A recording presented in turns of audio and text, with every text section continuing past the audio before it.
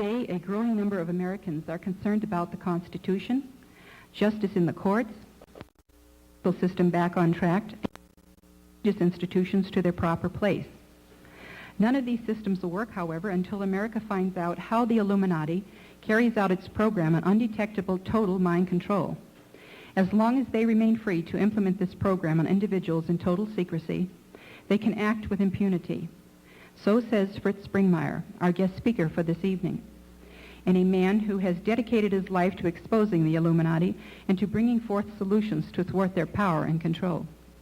Mr. Springmeier has written 6 books, co-authoring 3 of them with a former member he helped to free from that secret organization. Tonight he'll define who and what the Illuminati is, their bloodlines and rituals, and how they were instrumental in starting many of our religious, intelligence organizations, some of which they still control today from behind the scenes. This is sure to be a most interesting program. Now please join me in a nice warm welcome for Mr. Fritz Springmeier.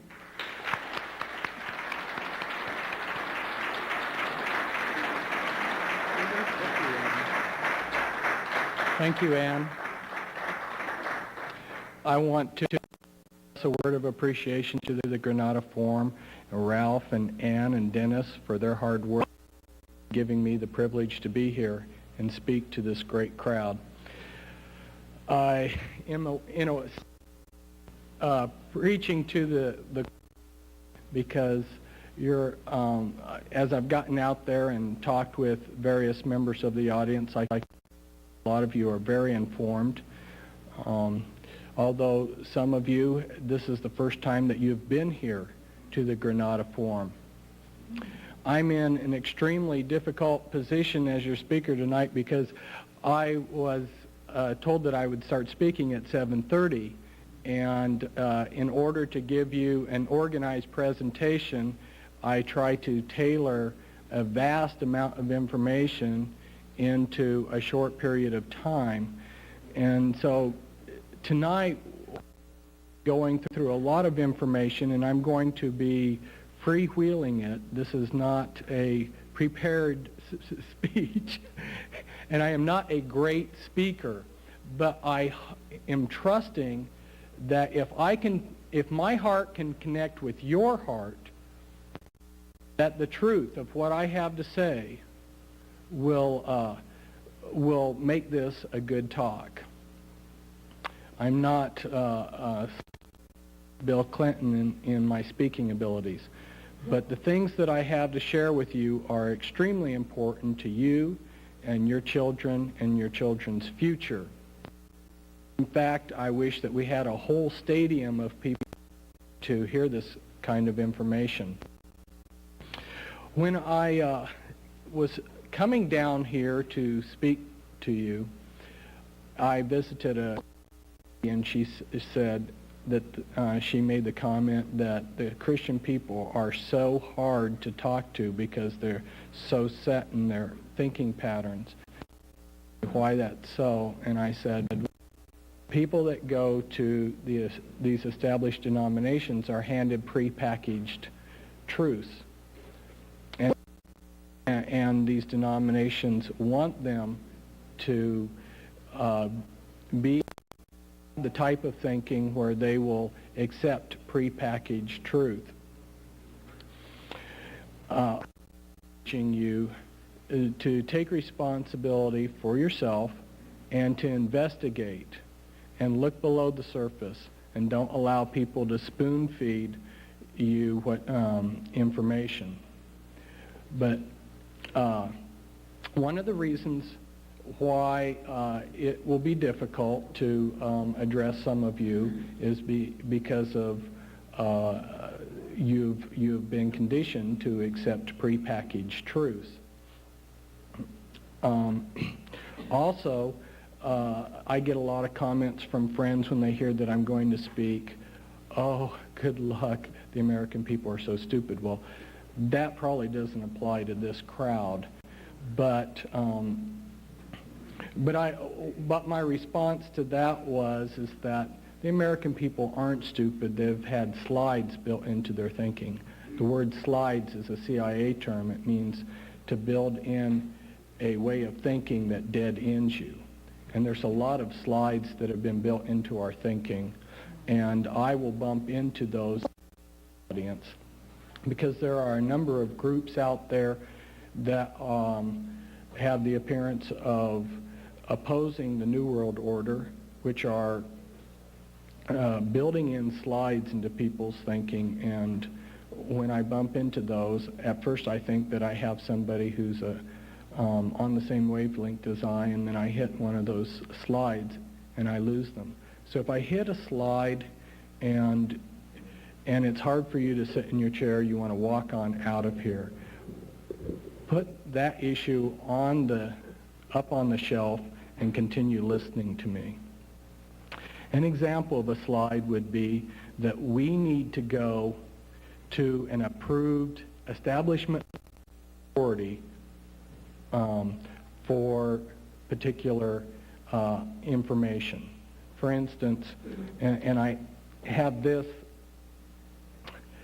is showing the Illuminati control of healthcare. Each one of you have lived in your body for many years. I've lived in this body for 42 years, and if I go to a doctor, my opinion as to what's wrong with this body carries very little weight, and yet that doctor, in 5 minutes of a cursory glance over my body, is in the position to make pronouncements about it. This is the type of slide that I'm talking about. Now, I'm trying to think on my feet here how I want to start in with this. Some of the people in the audience indicated they were very interested in history, and this is something that last night I showed. What we're dealing with, over centuries, we've had one lie layered in over another lie. Just this string of lies. And so it's really difficult for yourself to come in and unravel those lies, and now I have like an hour and a half to do this. An hour and a half when your frame of reference has been built by the world system over many years. Who built your frame of reference? See, this is the problem that I discovered, was that when I've gone to present information to people, it's not a matter of having facts, because I have file cabinets full of facts, and I have all kinds of and a lot of personal experiences to validate some of the things that I report. It's not a matter of not having the proof. The problem is one of communication. It's like going to Africa and trying to explain something in America that the people over there have no concept of. There isn't reference for people to hang what I'm giving. For instance, when I came out with a book, The Watchtower and the Masons, in 1990, where I reported that Charles Taze Russell, who started the Watchtower Society, was a Freemason, I was told that the book didn't have any significance because the Freemasons were only a group of old men that sit around and play cards. This is the situation that I face. I can tell you things, and very frequently I've come to audiences and I have given them inside information that I've risked my life to get, that I've gone through hell to get. They look at this strange thing, you know, it's like handing somebody a 10 million yen note, and they look at a piece of paper and then walk off and leave it. And so I need to, as I go through this, I need to establish some things. And yet, on the other hand, I don't want to just speak to your minds. I also want to speak to your hearts.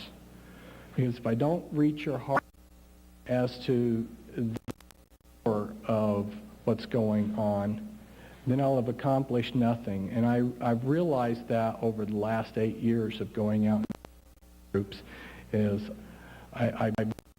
because I'm very analytical, I had an easy time reaching people's minds, and it was very easy for me to approach talking to people that way. And to give an example of how important it is to reach people's minds, back in 1982, a friend of mine came to me and he said, "Fritz, I know you're a researcher. I need to know about Somalia and what are legitimate groups doing relief over there. Could you research it and report back to me?" When I started researching Somalia, I read one personal anecdote after another of the tragedy of the people's lives over there, and it hit me. I had had knowledge of the situation before I started researching it again. It that I cried for a day, and so I gave my friend my findings and told him how it had touched me. And then I sat in his church as he reported back to his church, and as I was sitting there in the pew, I saw that what had become heart knowledge to me had translated back into head knowledge, so that there was somebody in one of the pews mumbling, "Oh, I ain't going to help them commies." And see, it wasn't communism. It was about people that had gone through years of deprivation and starvation and were dying of starvation. They could care less about the United States or Russia. One of the actors in Amistad, a black actor, when he put on the leg irons and the collar, it was when it really hit as to what slavery was all about. So I need to impact you at the heart level. You can imagine what it would be like if you were a 2-year-old child and you were taken by these big adults, stripped naked, and you were cold, and for a good period of time they ridiculed and were abusive to you, and you into a cage, you down into a cold well, and then you would be then you are left there in that cold well in the dark for several days, and without water, and every so often the top of the well is pulled off and you're given some more abusive language, and you have human excrement and urine dumped down on you. This is a standard trauma that programming. We're going to be discussing the mind control tonight, but I also want to discuss with you who and what is the Illuminati. And I want to give a little bit of insight as to you can see this in history. The history books are being written by the establishment, and they're very selective in what they report. But those of us who are history buffs that are extremely fascinated with going back, reading primary documents, and that's what I did as a child. While my peers were out getting drunk and partying, I was reading primary history documents. But I kept it a secret for years because it would be considered very strange if I told anyone how I spent my time. Here's something that's and that's what I want to talk about with you to start with, is that when you go back and you do this research, nitty-gritty research, you start coming across anomaly after anomaly. Things don't add up. They don't fit. A person who doesn't have a frame of reference to know what to do with these anomalies just discards them because you don't have any way to file it into your mind. But once you understand what's going on, you'll see evidence around you. For instance, on the mind control, I think practically everybody who's now read Cisco and my books on the mind control are now in a position to report back to me and say, Fritz, I saw this, and this, and this. Person's under mind control, and look at this. And almost every day I'm getting these kind of excited reports back from people as they're beginning to see that this stuff is all around them, and they had been interpreting the events around them in the light of their own. And now that they have improved their frame of reference, now they can take these clues and they can actually make a proper judgment call as to what's going on around them. And many people have been very excited to me that I have made sense of their life. Some people have gone through for 50 years to understand the woman with, or what happened to their family, and the information that I've provided has removed the enigmas about their life and given them a great relief. World War II was considered a great crusade against Nazism, and that's one reason why I like to pick a novel of that time period, because basically that was a very great war, and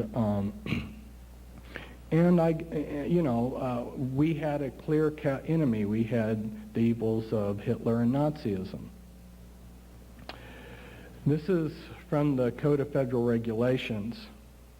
On December 13th, 1941, just a few days after Pearl Harbor, FDR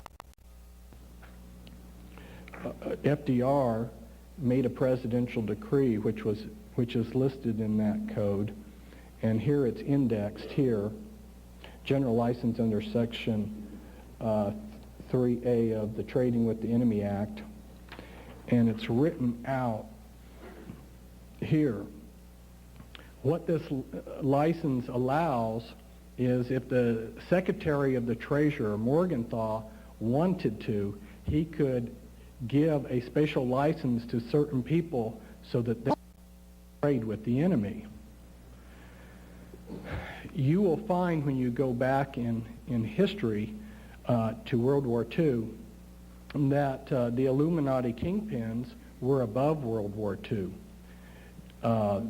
J.D. Rockefeller had his oil unloading oil and gas in Spain, and then that oil and gas was shipped into Germany, Hitler's armies running. And it is said that if that oil and gas that was coming into Spain for Nazi Germany had not been available to Hitler, the war would have come to an end in 19.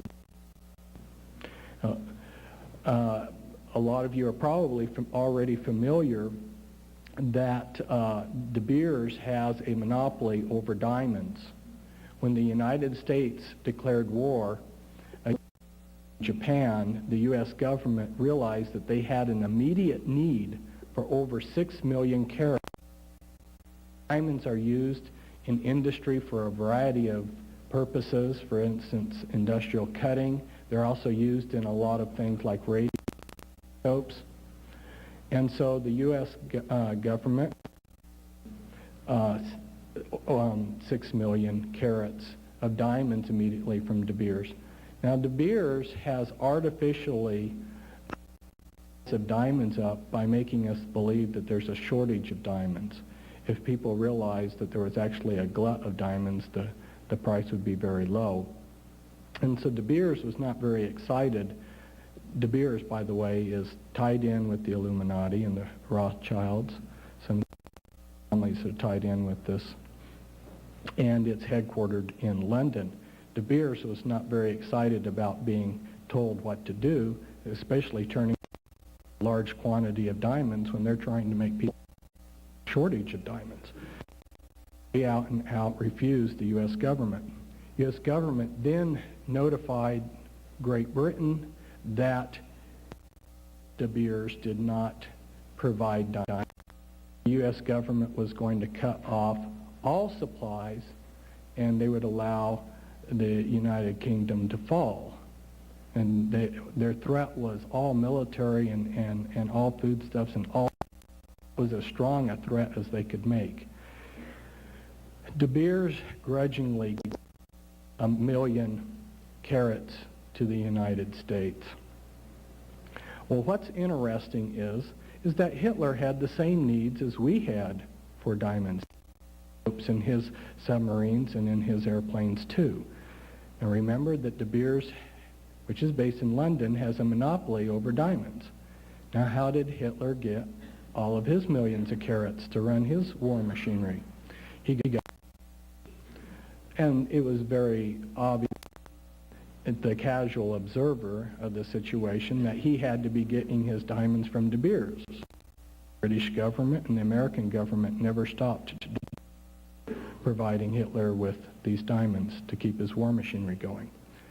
Another example of how the Illuminati kingpins are above the wars that they create for us is Aristotle and Onassis. In World War II, essentially all of the Greek merchant ships during the course of the war, a lot of them in the Mediterranean, which was a very hot theater.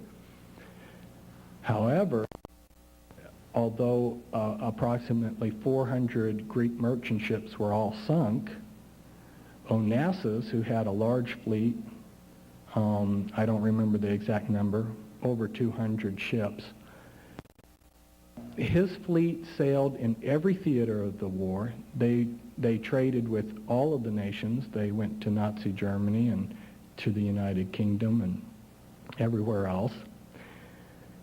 There was not one of Aristotle Onassis' ships that was ever attacked, not even strafed. And all of his ships came through the war completely unscathed.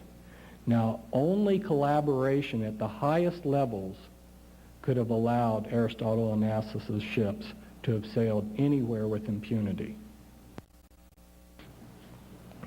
These are the anomalies, and I could go through war after war and pull out many, many anomalies for you, so that by the time I was done, you would begin to see thing is rotten in Denmark, and you'd begin to see that these people that create the wars for us are not only profiting, but they're above it. Last night, I went through and established for the audience what started and how religious control came about. And I believe I need to go through this too. Because there's a real lack of understanding, even among the Christian people and the patriots, about how wide this conspiracy is. See, the problem is that if we don't understand how big the problem and how wide the problem is that we may run from one arm of the octopus to another arm of the octopus. We have to know our enemy. We have to know where the people that are trying to take away our freedoms are located. And probably familiar with Christ and how Christ was prophesied to set the captives free, And Christ came, one of the things that Christ came to do was to set mankind free of religious tyranny. And the people that crucified him understood that very well. How did religious tyranny come about? Well, last night I went in depth about Nimrod, and I think tonight I will skip over that, going into some of the details. But it's very interesting how religious thought developed, and one of the principal concepts that got things started occurred way back there in the Garden of Eden. It's where Satan told Eve that knowledge would save them. That's the concept, that knowledge will save you. And that's the basic Gnosticism.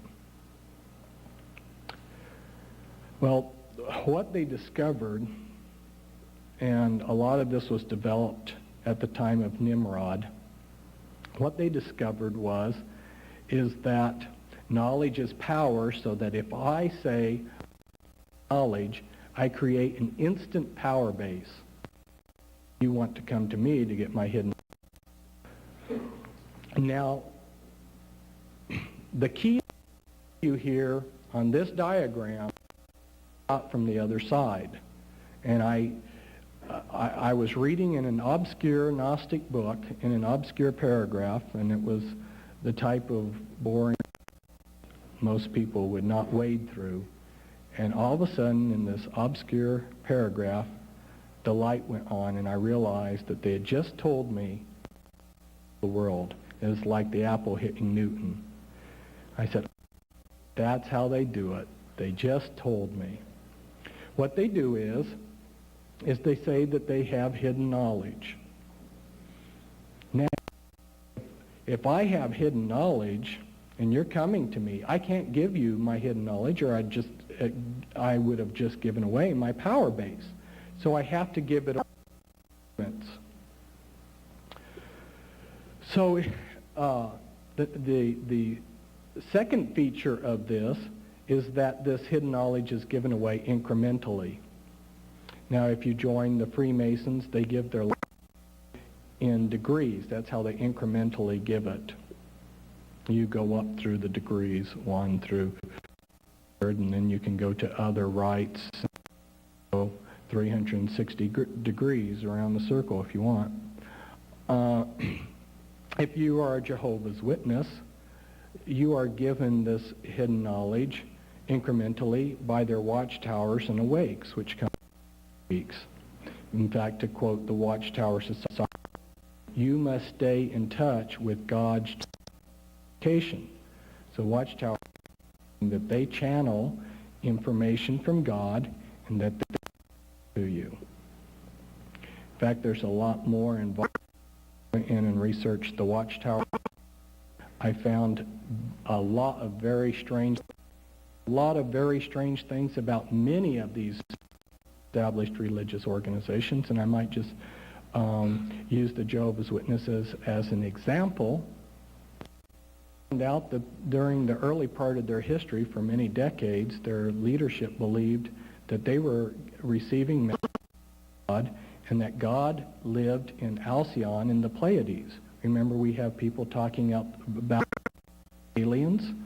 Well, they believed that the Pleiadians were giving them messages, and their second president, Rutherford, said that angels that were coming from the Pleiades bringing these messages were fallen angels that were working out their salvation. Very interesting. Now, the third feature, there's 3 features to how they set up a Gnostic religion. The third feature is that you can't get the dedication that you can get to an initiate group.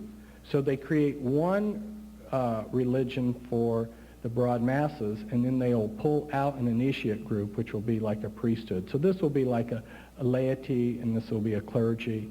And then they'll have a cover ruling body which pretends to rule, and then there'll be the actual string pullers.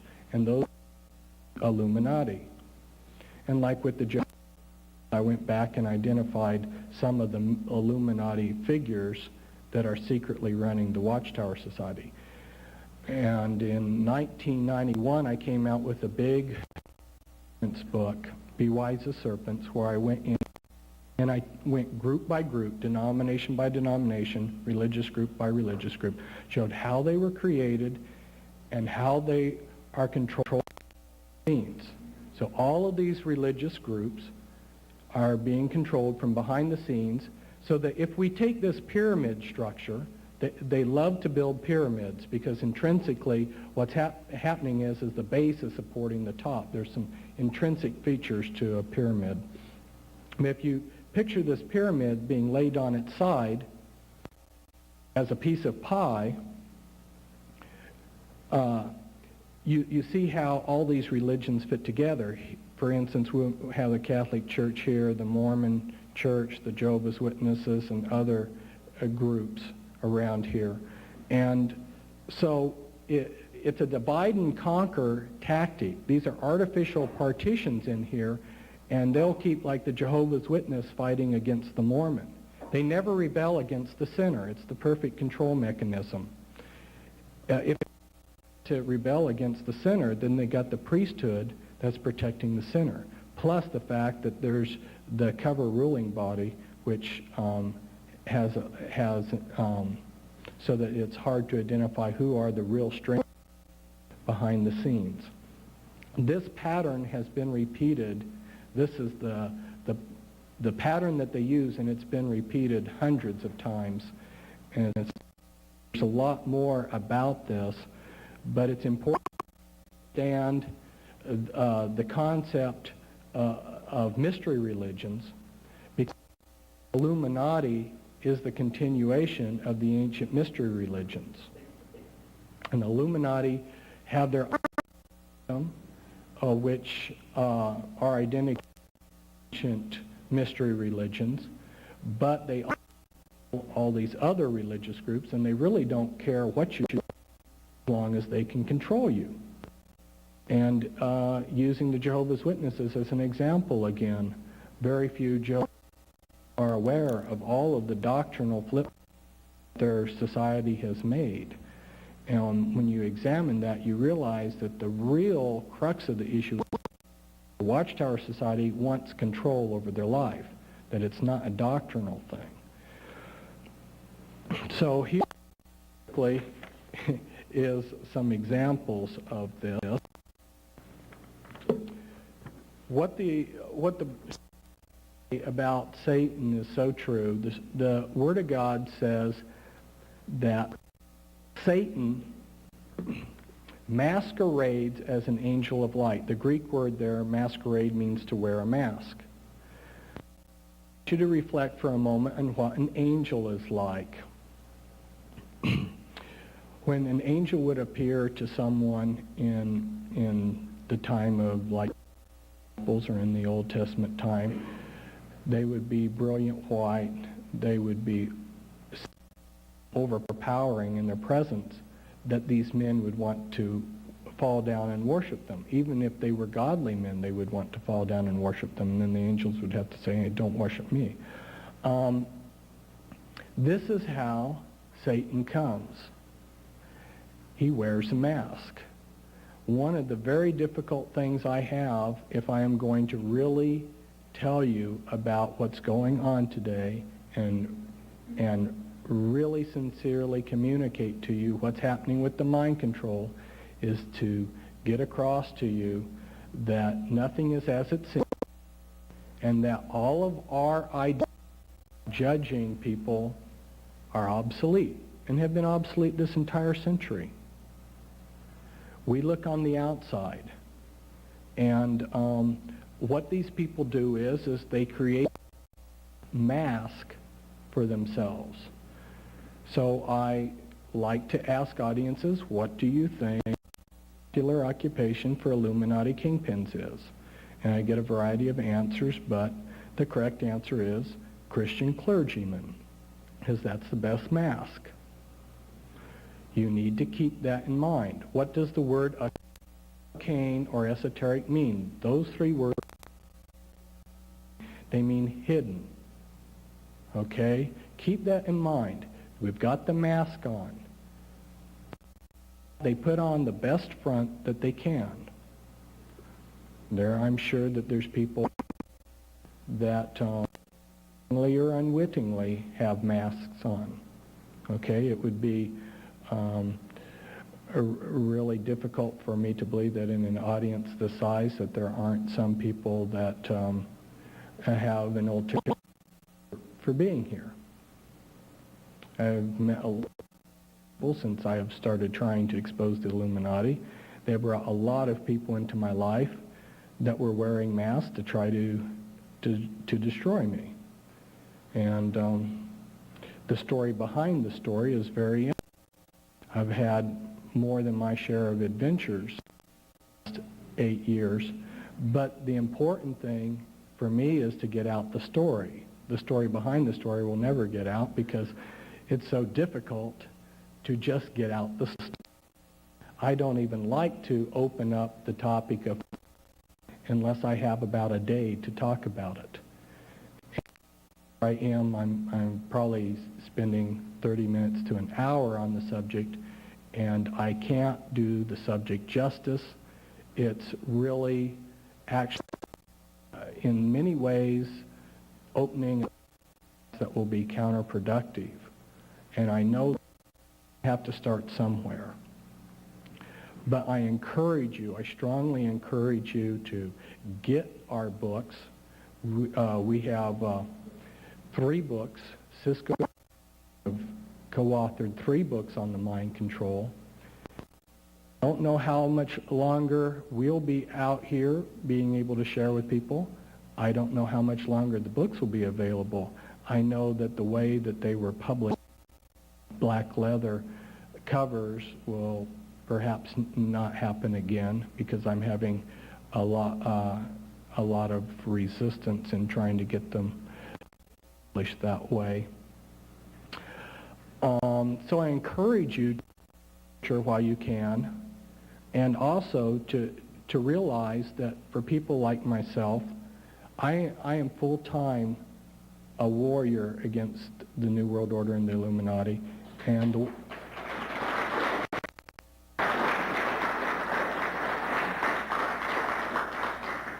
thank you. And the way that Cisco and I can support our work requires people supporting us through buying our literature and also so forth like that. And as some of you know, of you out there in the audience, you also are working as hard as you can to slow down move that the internationalists are doing. There isn't a whole lot of money in fighting the system. Quite to the contrary, the roof comes down on your head in many ways. This is just how monotheistic religions are used as fronts for other groups which are used as fronts for the Illuminati. It's fronts behind fronts. And that occurs also in the business world. Holding companies which have other companies which are fronts with. It's impossible to figure out who controls certain companies and who pulls the strings. Even some houses around here, as Cisco and I were driving, Cisco was in the Illuminati, and for a while she was stationed here in California, and as we were driving around earlier today, she was saying, see that house there? It belongs to the Rothschilds, but because the ownership's been hidden, it's been obscured. I think I will just skip through a stack of things that I was going to discuss and simply give you, in a nutshell, what I was going to, and that is, I was going to show the document, show you that the Illuminati is a continuation of the mystery religions, and that they're the hardcore mystery religions. The outer symbology of those mystery religions is Freemasonry. And Freemasonry and the Illuminati are like this. And so I have spent a lot of time exposing Freemasonry, and in 1993 I came out with a list of about 110 Vatican officials who were Freemasons. Here are their names and their secret Masonic membership numbers and association and so forth. This is inside a Catholic church where you see the all-seeing eye of the Illuminati. There isn't anything in our lives that hasn't been dirtied, okay? And yesterday when I said something like church, I had some people in the audience stand up and leave. I'm not trying to pick on any group. Let me just categorically say there isn't any group which hasn't been dirtied.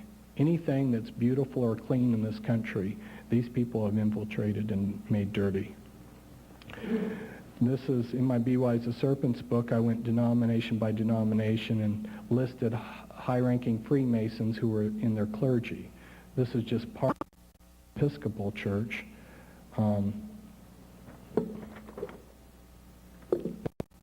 Pictures of a few of our presidents who are Freemasons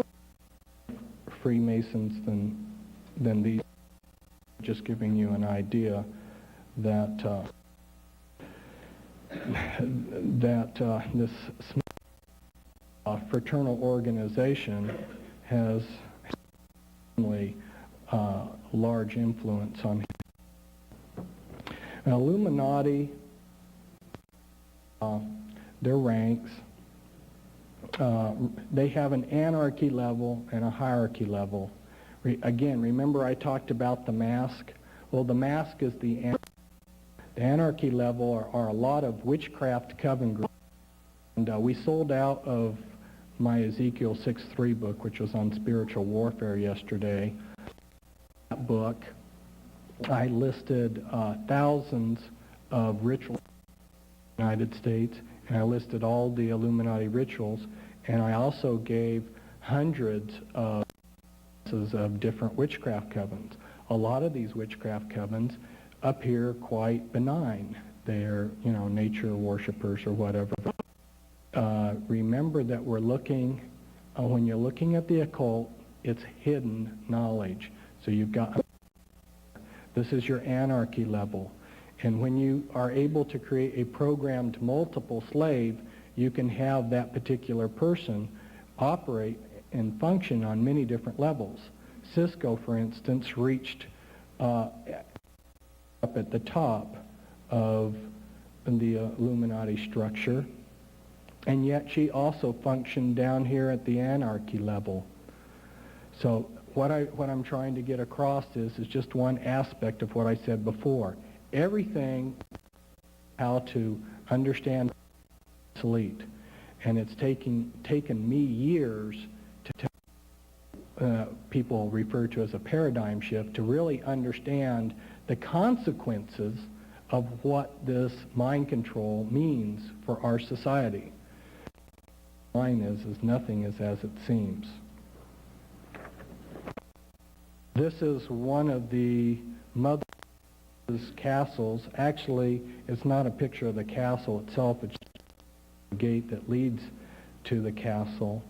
This is a very important, this is the Mother of Darkness's sort of like their headquarters. Very important. It's down the border of Belgium and France, near the little Belgium town of Muno. It's very close to some important Merovingian sites. I've happened to have read the trilogy of books, Holy Blood, Holy Grail, The Temple and the Lodge, and The Messianic Legacy by a trilogy of authors. Lincoln, Lay, and Pageant are aware of the importance of the Merovingian dynasty. Okay, well, they're one of the Illuminati. And It's not by accident that this mother of dark, which is associated with the Catholic, very close to these, about 5 miles from this Abbey. You go back in the Holy Blood, Holy Grail, and you'll find out the significance of that.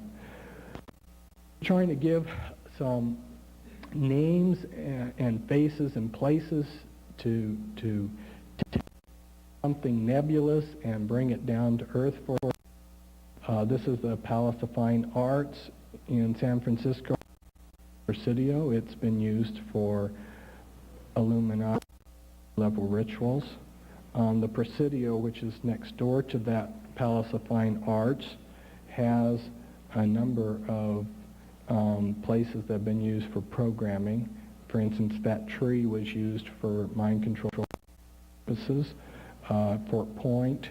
It's very interesting that the 6th Army, their logo is, if you'll look at it, it's a hexagram with an anarchy A in the center.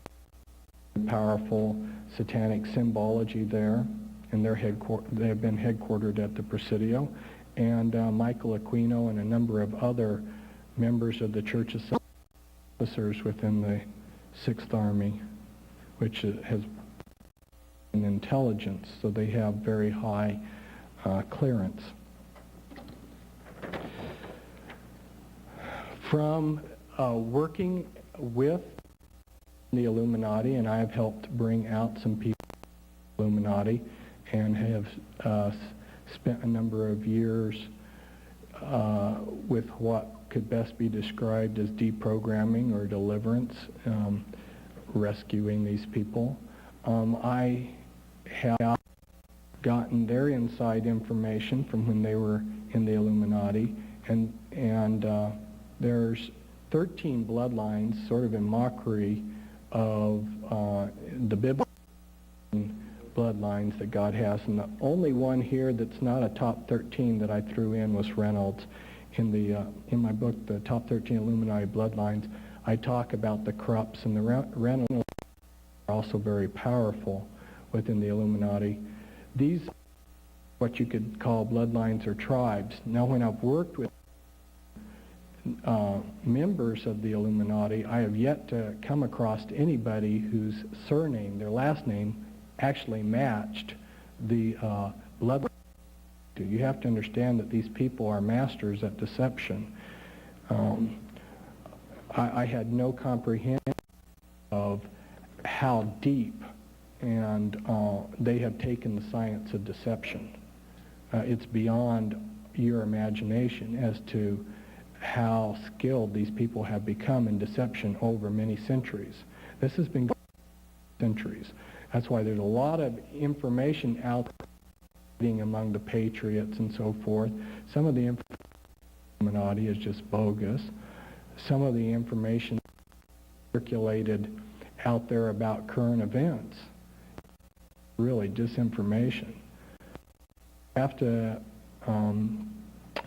We have to really be discerning, and we just can't, just because somebody says that they're on our side and they're against the New World Order, we just can't automatically accept it. Now, these are telling us, for instance, the intelligence agencies, that they're lying and they're deceiving for our benefit. The CIA has a lot of people convinced that they need to use deception. That's that National Security Act behind which they hide. If you will study the consequences of lies and deception in a society, you'll be amazed at the detriment that they cause. A lie, first, is like a rabbit. One lie leads to another lie, which leads to another, and then to cover that, several more lies. So lies breed like rabbits. They don't stay single. The next thing that happens is with lies is understand that the foundation of society is communication and trust. If you're doing business with somebody, you have to trust. Human relationships and rest of these things that are foundations to a society. They're all built on trust. Lies to you, your mind will begin to doubt whether they're going to have your best interest in other ways. So your mind automatically starts suspecting other negative things about them. So by out all these lies within society, CIA and National Security Agency are really doing is spreading a cancer that's causing our society. Everybody becomes mistrustful of each other.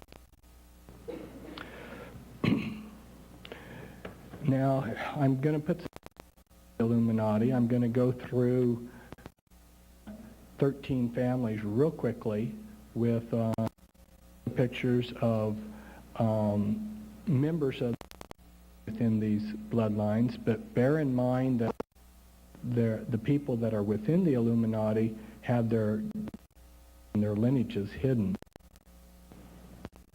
Masters, here's the Clive dynasty. Those of you who are familiar with the Rhodes Scholars, the Rhodes Scholars used the Clive dynasty.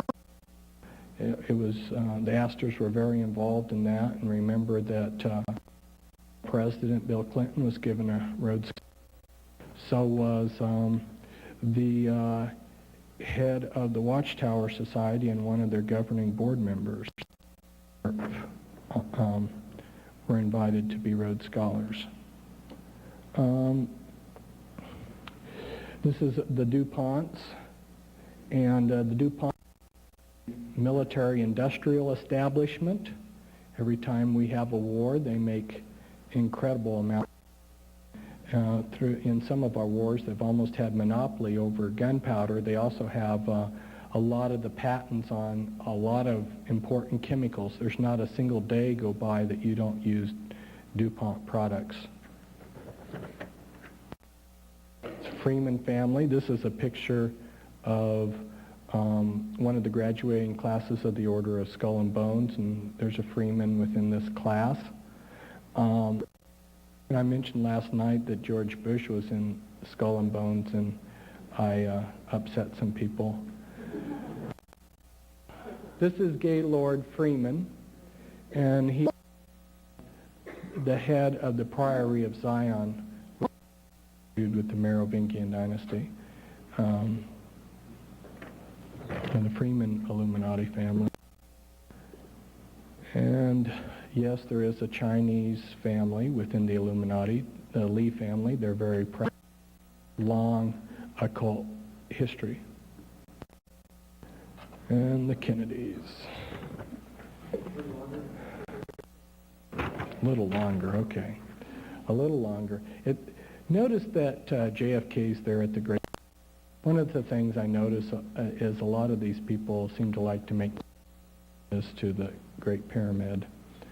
Charles Taze Russell, who started the Watchtower Society, made his pilgrimage, and on and on. Their sister married into British royalty, involved in this. Brian Kennedy, who was Brian Boru, an old king, his seed has gone into a lot of families, royal families in Europe. He was the first Kennedy Jr., who was a member of the Church of Satan. He was of the late Anton LaVey, and one of many programmers, mind control programmers. And James Mansfield, who sexually serviced JFK, was also one of the slaves that was handled by Anton LaVey. And you probably already are aware that Marilyn Monroe was a programmed multiple sexual slave. And here I believe is in her personality as she watches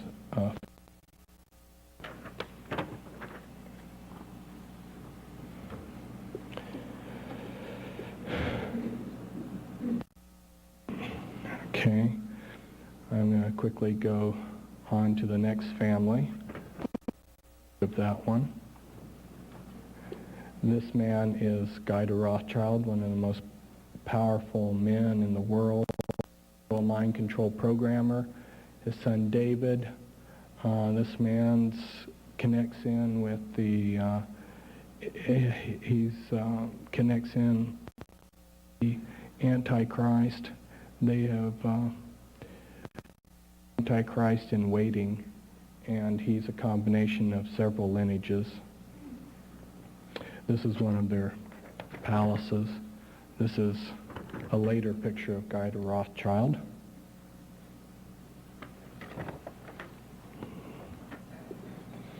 Now, in the inauguration of Bill Clinton, I caught him doing this sign like this and with his left hand. And those of you who are familiar with it know that this is the sign of Satan, but that's just a front meaning. The important meaning of going like this is that it's a hand signal that hypnotically inducts mind-controlled slaves. So he was doing hand signals while he was giving his talk. Charles Taze Russell, who started Watchtower Society, is buried underneath a pyramid. Joseph Smith Jr., who started Mormonism, he was tied in with the Merovingian lineage and the tribe of Dan. These are some of his magical items, like his serpent cane and some of his other magical items that he had to practice magic.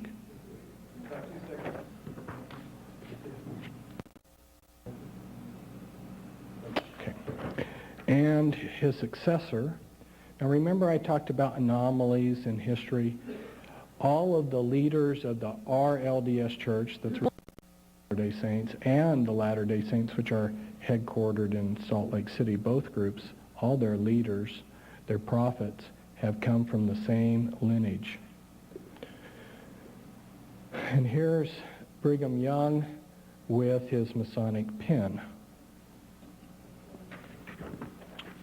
And I discovered a very important Scottish connection to the Illuminati. All your Scottish clans are represented within the Illuminati. A very strong connection there. And there's some important reasons why. It goes back to the tribe of Dan and Egypt and a lot of other things. But there's very strong Scottish. You've read books on conspiracy. I haven't seen anybody out there that's caught on to the Scottish connection.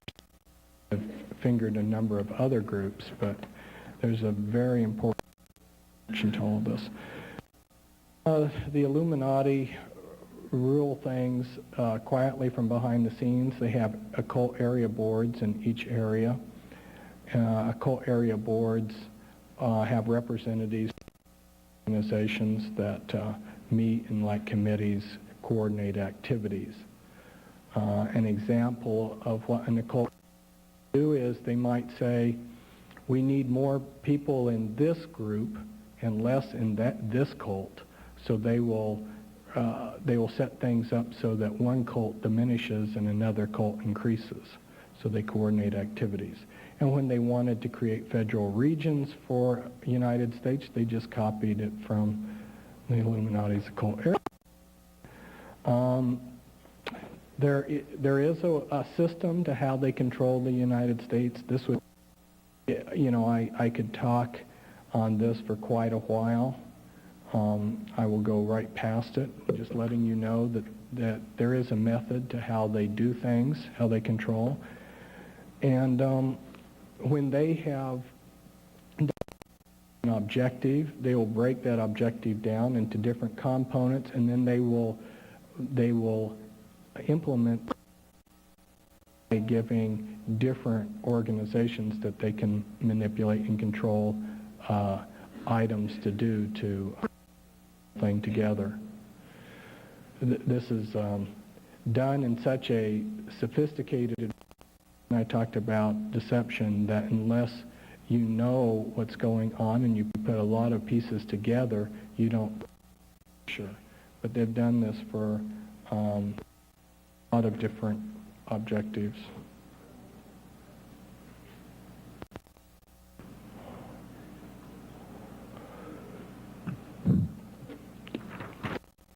And for instance, within New Age teaching groups and teaching institutions, they've used the spin principle, polycentric integrated network, so that you have what looks like a grassroots movement skillfully controlled from behind the scenes.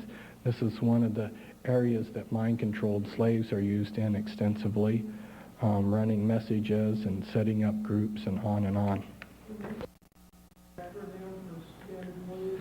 Segmented polycentric network, and they control food and grains. Of course, you know the government has set up a weather modification board by a public law, and yet here they did this comic scene of having patriots go to Washington to be interviewed by Congress, and Congress is asking them questions about there's weather modification going on. And here the government itself has had a weather modification board carrying this out, implementing it for a long time. Zbigniew Brzezinski, who's Illuminati, in his book here, he talks about how viruses and bacteria and weather modification can be used as warfare. Well, believe the common people have warfare being carried out on us, and sure enough, they're using those. The original stockholders of Reserve, as most of you know, Federal Reserve is not part of it's a private fractional banking institution that we pay for the privilege of using their, and you look at the original stockholders, these guys are all Illuminati kingpins, you know, they're the families that I expose. The Illuminati, some of the families of the Illuminati are in P2 Freemasonry and the Mafia and the Triads and the Mishbuka. So there's an these organized membership of the Illuminati, and then of course this whole slimy mess coordinates their activities.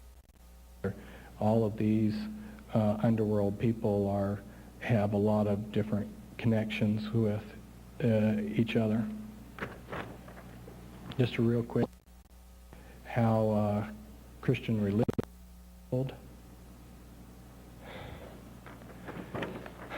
Now we're going to get right into the. I've got 45 minutes left to open up a Pandora's box to you.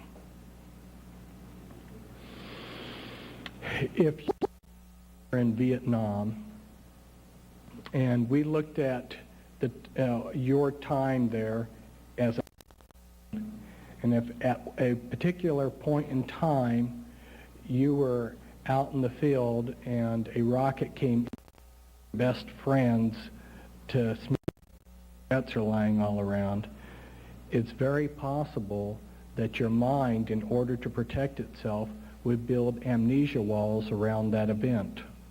In fact, they have a real nice name for it, post-traumatic stress syndrome. Mind is incredible. As I've gone in and researched and studied and tried to fact all the ways that they carry out this mind control, this total mind individuals, I've come to appreciate. One is that the human mind is absolutely incredible in what it's able to do, and is very similar to a computer in that it can isolate, just like when you want to reboot your computer, you shut it off and you reboot it. The memory that you're using to reboot that computer with is memory that's been isolated, that you can't touch. The most important things in being able to make a functional computer was to be able to isolate memory like that. Well, the Illuminati bloodlines learned way back in ancient times in the mystery religions, that they could do the exact same thing, that they could isolate memory within the human mind. And they do it just as that example with the soldier. They use trauma, but they like to use the trauma before a child's mind has fully developed. When you're born, the different aspects of your mind are beginning to learn themselves together. Your ego is beginning to develop. So before the mind has solidified a lot of these things, the Illuminati begin the trauma process. The trauma process begins generally about the age of 18 months. And they traumatize the child as severely as they can. And the programmers try to outdo themselves in sadism. Well, bear in mind that the worse the trauma, the better the amnesia walls.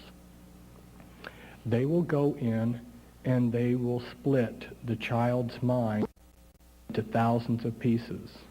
Now, this is just as if I was to take a mirror and throw it against the ground and shatter it into 1,000. I'd have a mess, wouldn't I? That's what they do with these people's minds. They make it into a mess. Marilyn Monroe could barely function.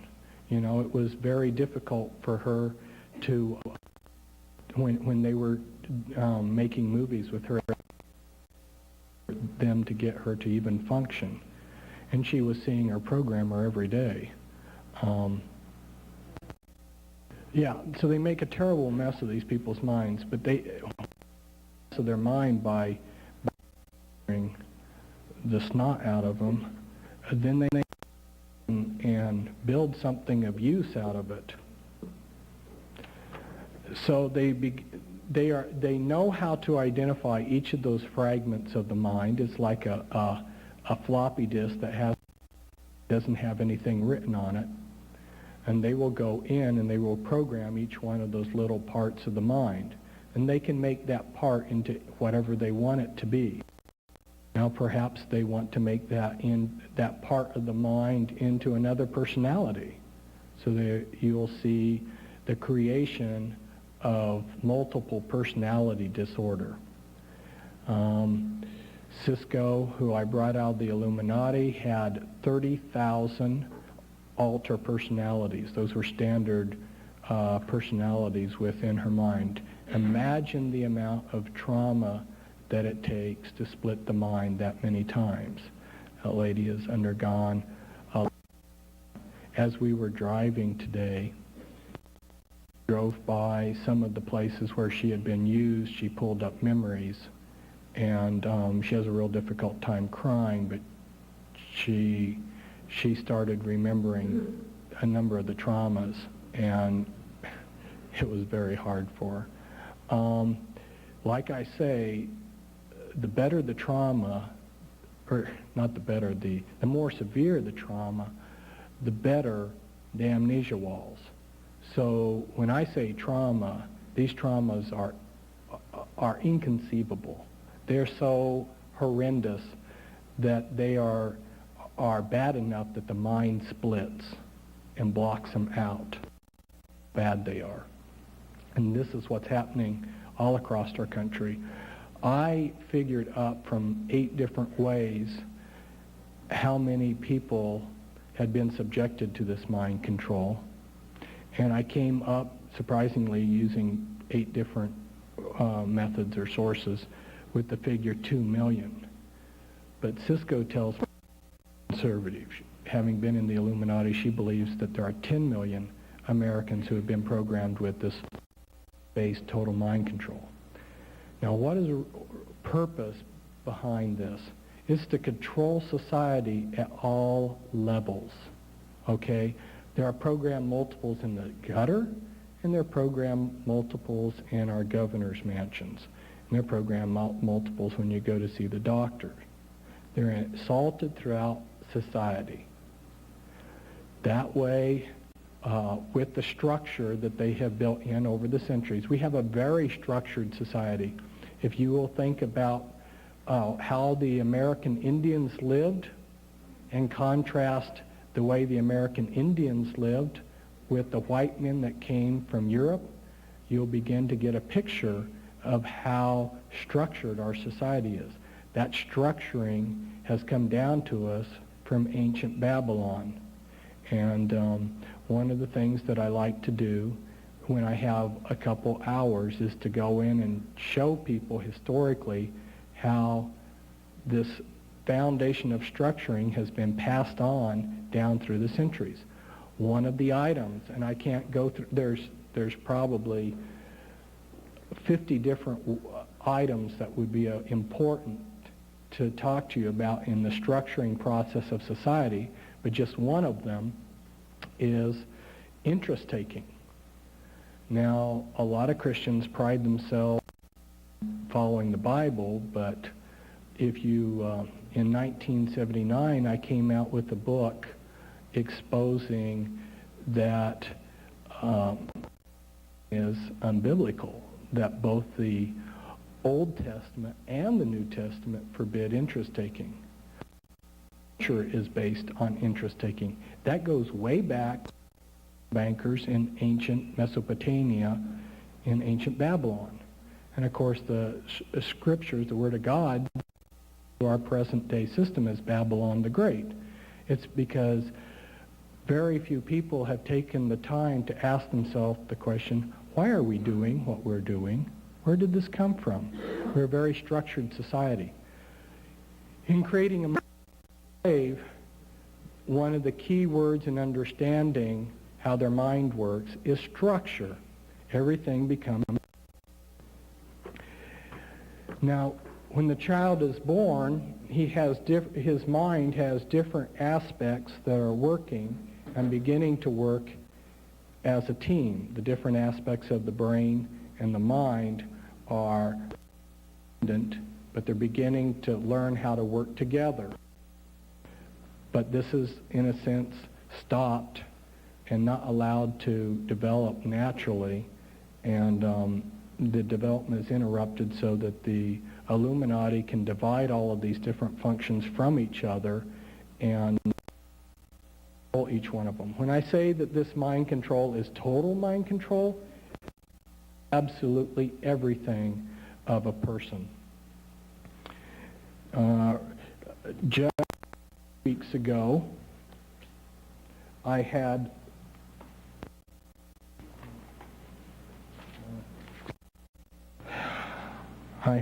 a doctor from call, and here we go. He called, and he had been subjected to mind control. And he had been looking for Cisco and I for 6 months and finally found us, sold his condo in New York for treatment for his mind control. And I thought his letter that he wrote when he left last Sunday was very nice, and would like to read it. He says, "My name is Steve Kurzweil. I'm a medical doctor who was exposed to telepathic thought intrusion." That's how he perceived it. From September 1997 through February 23rd, 19.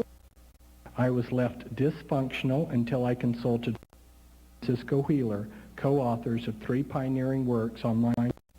Their skill in mind decontrol techniques got me back on my feet. Their compassion and dedication were remarkable. With the help of the Holy Spirit, I was able to regain control of my. Cisco and Fritz are to be commended for their faith and inspiration by God in the service of their fellow man.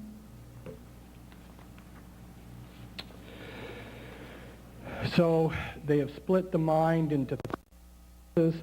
As the programmer begins to work, he may be conducting charts like this as he's pulling together different parts of the mind in particular patterns, building computers into the mind, building systems of alter personalities. This is a sample of a chart that, showing they might be developing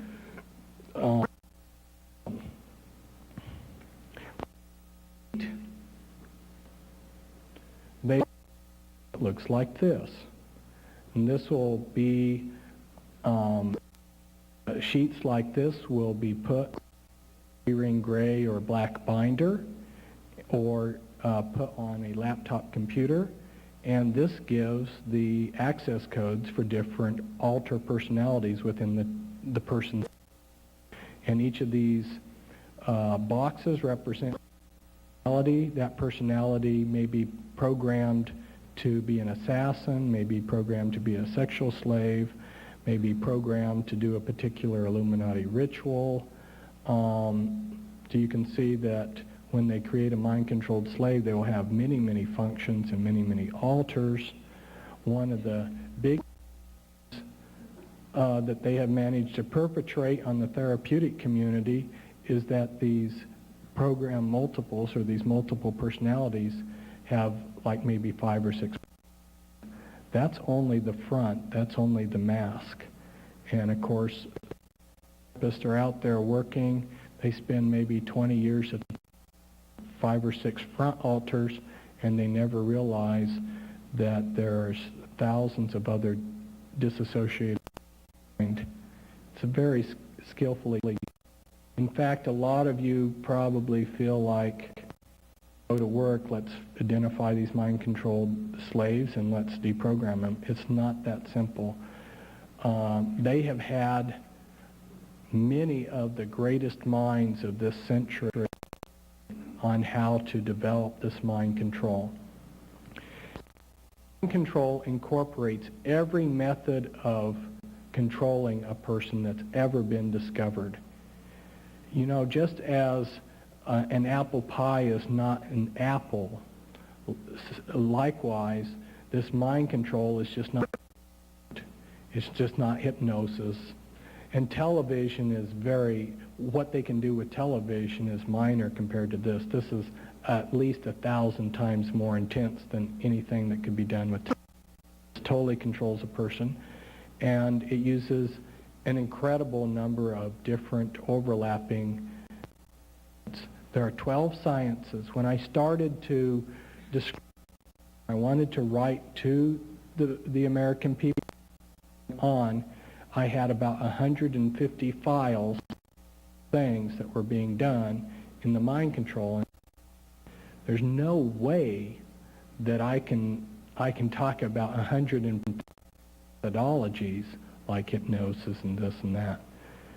And so I began thinking, just what are we looking at here? And I realized that all methodologies broke down to 12 sciences. And everything that I have discovered before and since that I came up with those 12 sciences has always fit within those 12 sciences. So you got 12 sciences with many, many different methodologies within each of those sciences that are interwoven together. That is why when you somebody who is like CIA and they tell you, well, we investigated that method of controlling people, that's why you explain to you, you can know that it's a lie. If you take this methodology, which only works in 50% of the cases, and this, which works in 70%, and this, which works in 50%, if you take all these many methodologies and combine them into a sophisticated group package, what you do is you end up locking the person in. And the victims of this mind control do not are under mind control. It's totally undetectable, and it's totally undetectable even to the victim. That is the danger of the mind control, is that it's so hidden and it's so deceptive. And if you took a mind-controlled slave who was being used by and you interrogated them, they would pass interrogation. They would pass polygraph tests. The mind control is extremely sophisticated, and to try to break it down is not easy. There's a lot of people out there with pat answers. Understand, they haven't invested billions of dollars in how to create mind-controlled slaves to have somebody simply unravel it very easily. They have built backup programs, come to understand how much work they do. Overkill. Just seeing how hard that they make it impossible to break down the mind control will convince you these people are absolutely insane. It's backup controls after backup.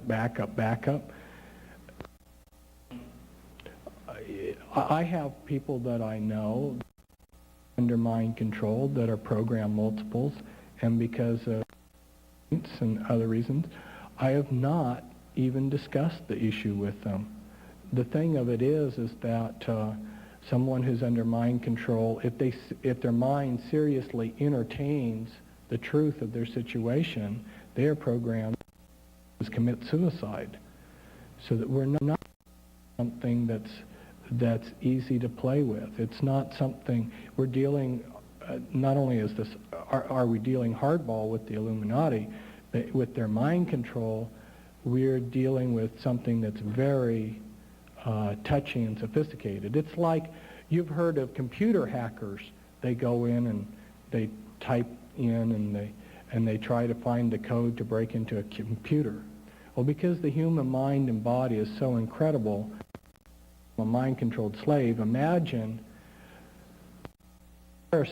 these mind-controlled slaves are the sophistication of such that if you go into the room where the computer is located and you're not an authorized user, the computer can self-explode. So we're dealing with some very complex issues here. As they start the process, they like to use structures that make the mind of the victim feel helpless. These are type structures that never have an ending. It's sort of like if you're a computer programmer, you may be familiar with what are called do loops. They're loops in the computer programming that cycling. The programming is set in so that you cycle, and it seems like there's no beginning and no end. Structures like this leave the victim hopeless. As the programmers begin working with the young child, they will reduce the child to where the child is pliable. This is a photo of a young boy who has reached the compliance state that the programmers are looking for, and you'll see that the eyes are glossy, the hands are classified, and he's ready to submit to what they call puppet programming. They have an enormous number of techniques that they have refined over the years. Dehumanization is one of them. The front of the mind, which is the personality that will hold the body day in and day out, will realize. But the deeper parts of the mind, the deeper disassociated parts, the other alter personalities will be dehumanized, and one of the standard tricks that they use is to remove their hearts and replace their hearts with a heart of stone. Ministers out there that think that they're going to go in and they're going to talk to somebody and say, give your heart. And these parts don't even have a heart. They don't believe that they have a heart. They don't have a heart to give to Jesus. See, I'm beginning to give you just a little inkling, just cracking the door a little bit to show you how complex and how many the programmers have put in to take down their programming and bring these people to health.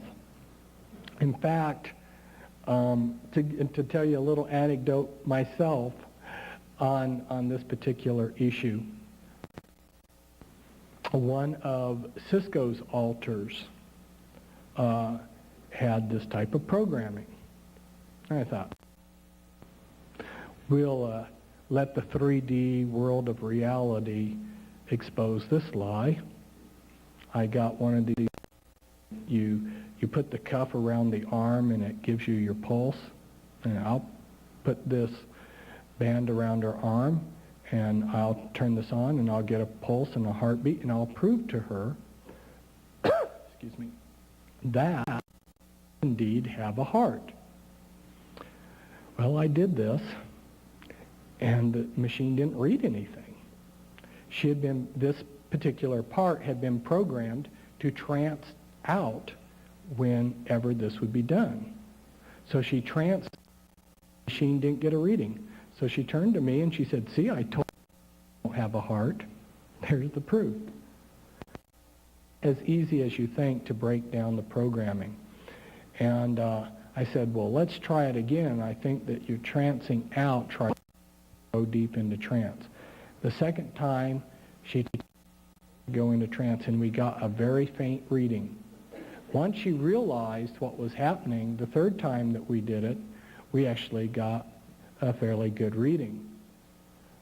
But it's easy as you think to break down the programming lies. There's one lie over another.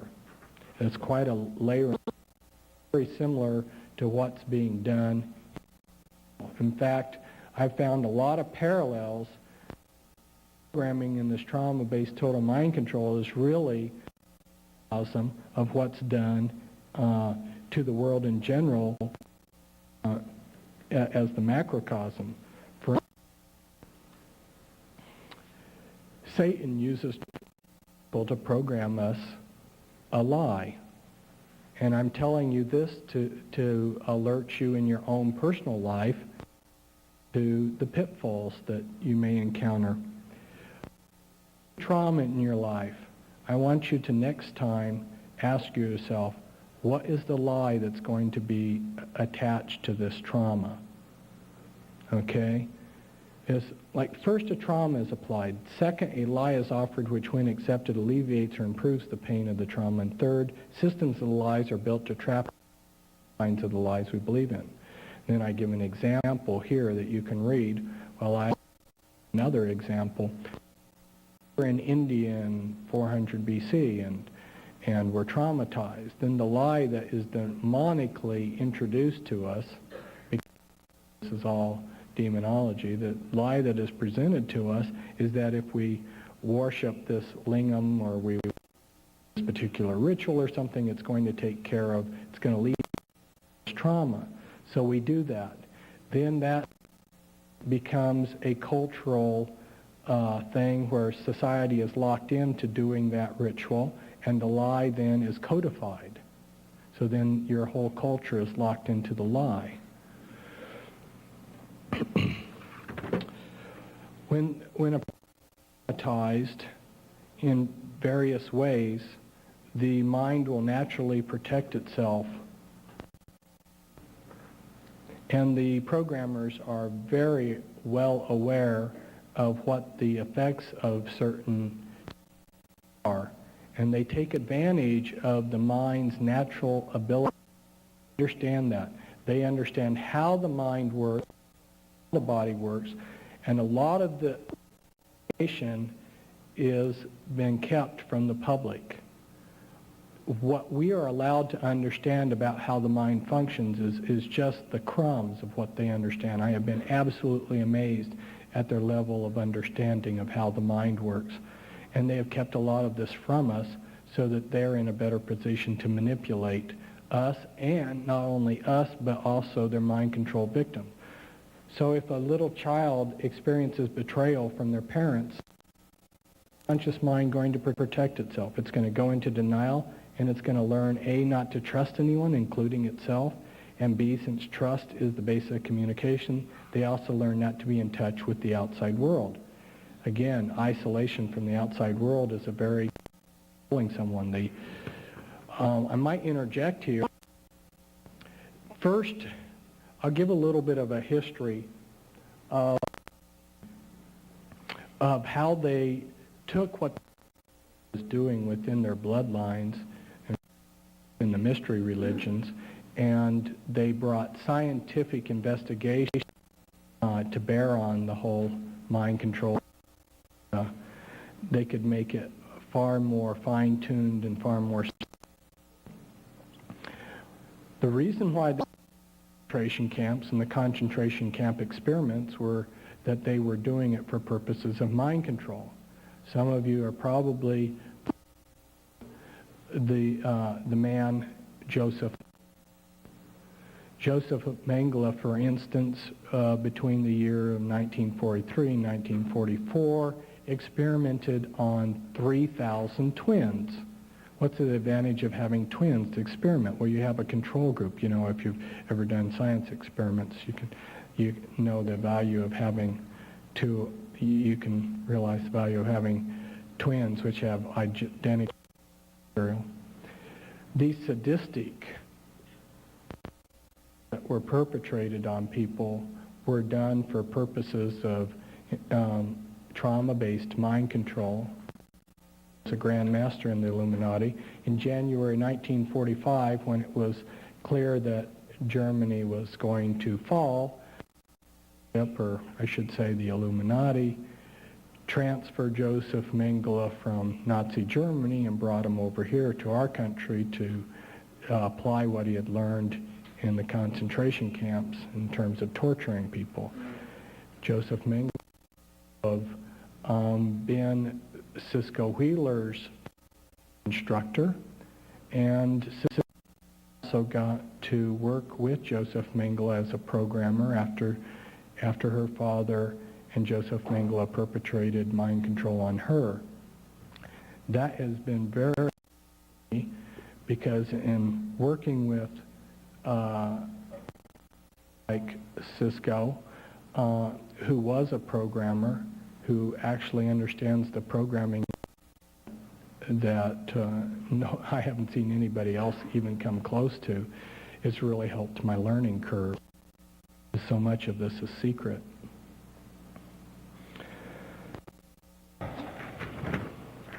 There's another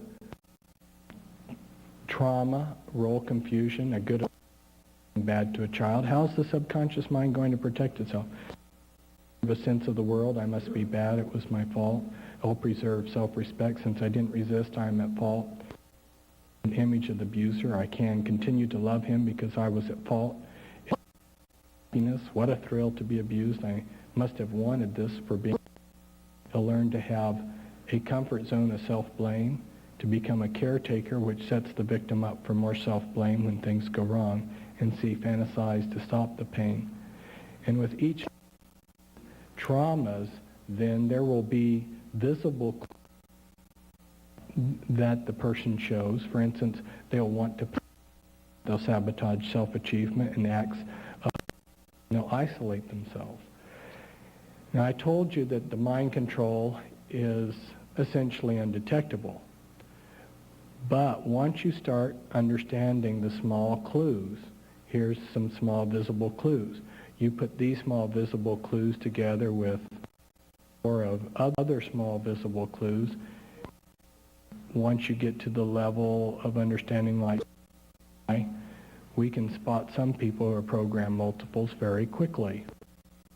The doctor who came to us 2 weeks ago, who I read, had no idea that he was a program multiple, read any of our literature. He didn't know anything about.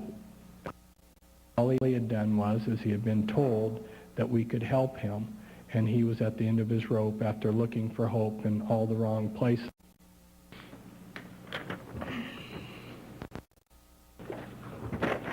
The parts are dehumanized. During her, the period of her life, her programming, but was going through therapy, as part of her therapy did artwork as to how she was seeing things. This is how some of her alters perceived how they looked. They saw themselves as cats. So when you start becoming aware of their little code words and the way the programming, you'll start seeing some of these, even right on television. I mean, it'll be right what they're doing, and it'll just really blow you away that a lot of this is being done right in front of people's faces, and they don't know what to look for, so it goes right by them. Walt Disney movies have been used extensively for programming. A lot of them were created for programming purposes. Here's an example of how a one-frame Walt Disney movie, let's say you're going to program an altar to believe that it's a doorknob. Well, then it very well might have this scene along with a lot of other programming techniques along with it, such as drugs, hypnosis, deceit, and a lot of other, like I say, it's a group. By the time that part of the mind has been programmed and gone through behavior modification, it has come to the point where it believes that it's a doorknob.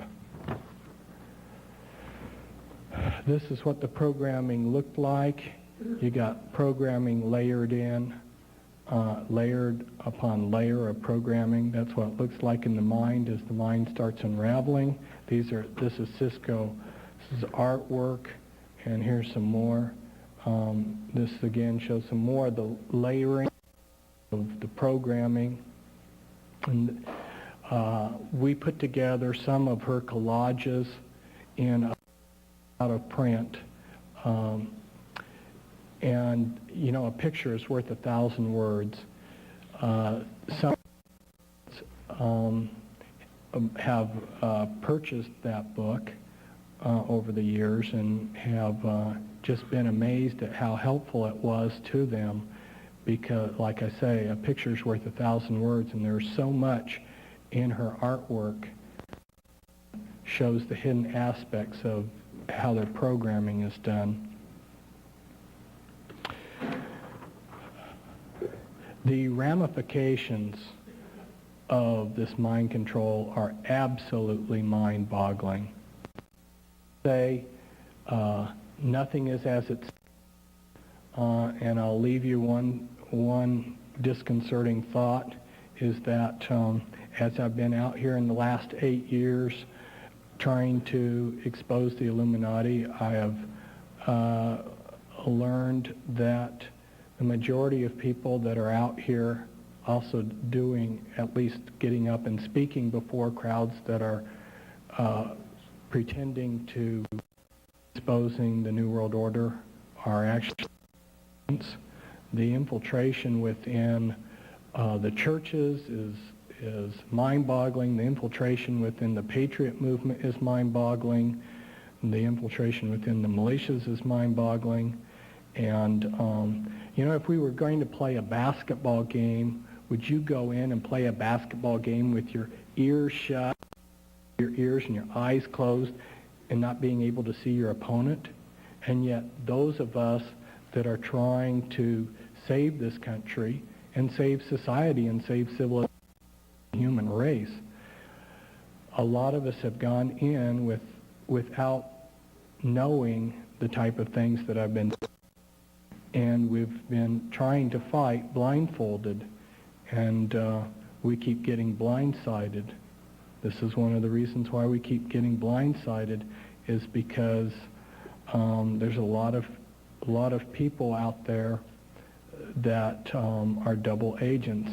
It's controlled opposition. If they can control their own opposition, then they know how hard the punch is going to come.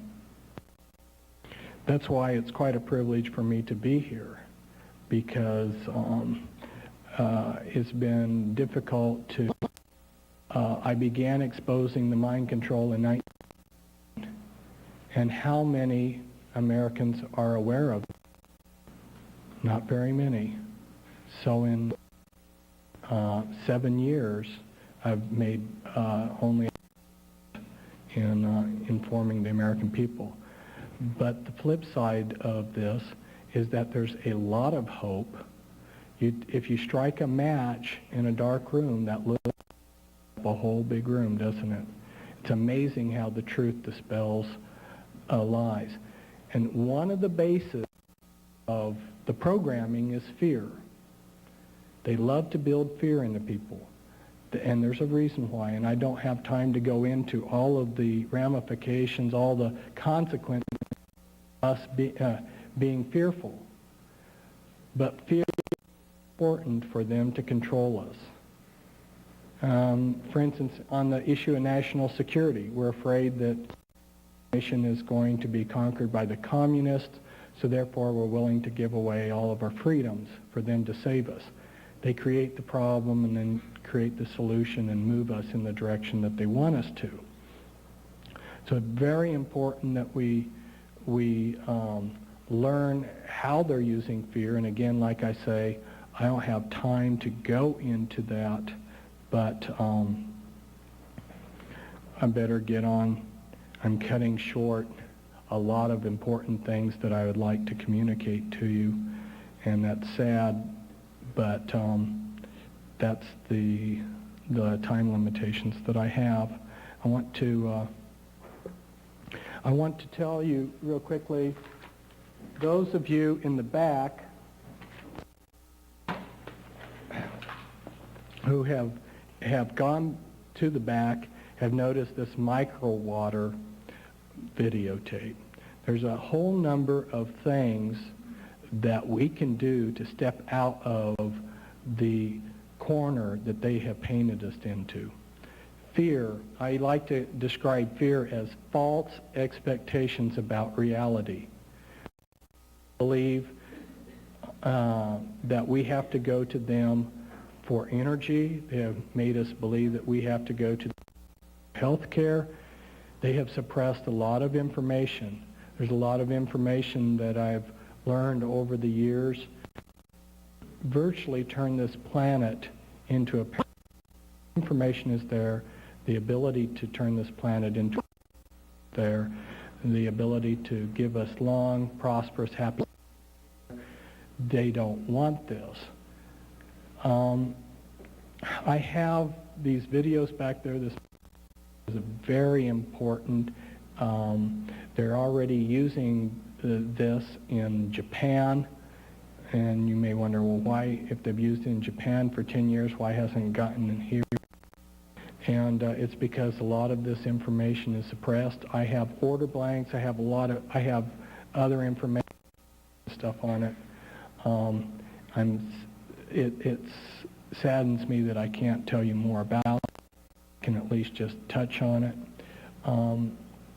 Also, there's been a lot of research going on perpetual motion, cold fusion, and other energy sources. So that those of us that are looking, I'm just making you aware that there are a lot of powerful answers out there that we can learn that show you that they don't have the hold over us that they like to think. Once you expose what's really going on, to some degree, they're a paper dragon. They're very fierce. They appear very fierce, and they are very fierce. These are very powerful people, and they're very ugly people in terms of how their hearts are hardened. And yeah, I want you to that there are answers, and the good Lord in the Word of God has shown us that He allowed evil to come in at a particular point in time in history, going to bring an end to evil at a particular point in history. And the life of Christ, who was a good man, who was tortured and went before a rigged court like so many of the rest of us have done, that even though they did all of these ugly things to him, that his life, that God can take anything evil and turn it towards good. So 2 points in history where evil is allowed, it's still not out of control. I don't want you walking away from here in fear. But just one of the ramifications of the mind control. I got this out of the news.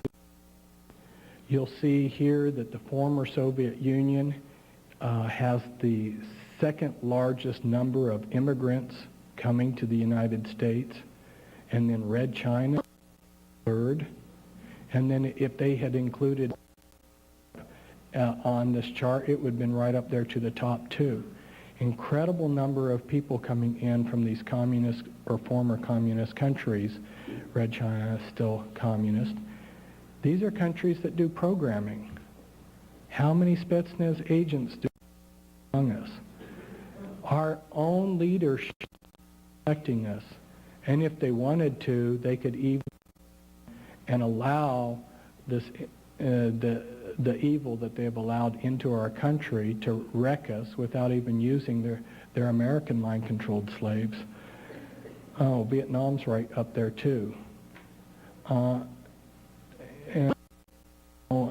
there's so much that this mind, it touches every aspect of our lives. I might just I haven't given this detail out before, but those POWs that were left in Vietnam that came back, that were left in North Vietnam,